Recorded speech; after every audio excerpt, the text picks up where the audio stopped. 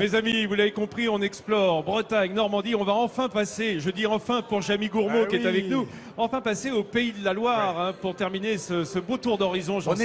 On était dans les deux divas océanes, au caractère affirmé. C'est vrai que les Pays de la Loire jouent plutôt de douceur, jouent plutôt de variété dans les paysages. On dit que c'est un peu le résumé de toute la France sans les montagnes, mais ça donne une sorte de colonne vertébrale avec la Loire. En attendant, là-bas, l'agriculture est le premier secteur économique de la région. C'est la deuxième région de production bio de France. On compte 138 produits label rouge. Je vais vous en donner la liste exhaustive tout de suite.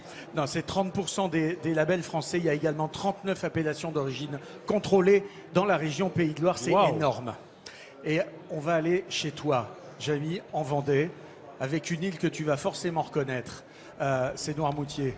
Eh oui. C'est l'île rêvée, Noirmoutier. Le pont qui conduit à l'île de Noirmoutier, on peut y aller soit par le pont, soit par le Gois. Par le Gois. Le passage du Gois, quand j'étais enfant, mais aujourd'hui encore, c'est quelque chose de magnifique parce que on arrive au bord de l'océan, au bord du passage, et on attend que la mer se découvre. On a quelques heures pour franchir ce Gois, ce passage, quelques heures avant que la marée ne remonte.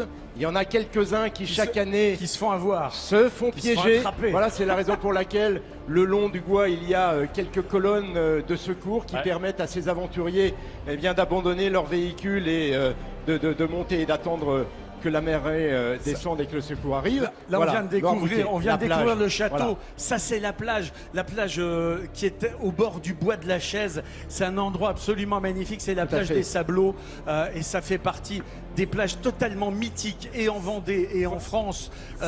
Il y a un climat particulier, il y a une douceur, il y a des mimosas, on a l'impression d'être en Provence. C'est une île tout à fait géniale. Longue plage de sable blanc, j'ai fait des châteaux de sable sur cette plage quand j'étais enfant. Et puis, alors là, on voit le marais qui se trouve juste derrière. On a parlé du beurre breton, du beurre normand. Ah non, Jamy, non, attendez. Tu vas pas t'aligner le beurre vendéen. Le beurre de Noirmoutier. Le beurre de Noirmoutier, le sel de Noirmoutier. Et attendez, attendez. Je suis né à Fontenay-le-Comte et j'ai grandi à Montaigu.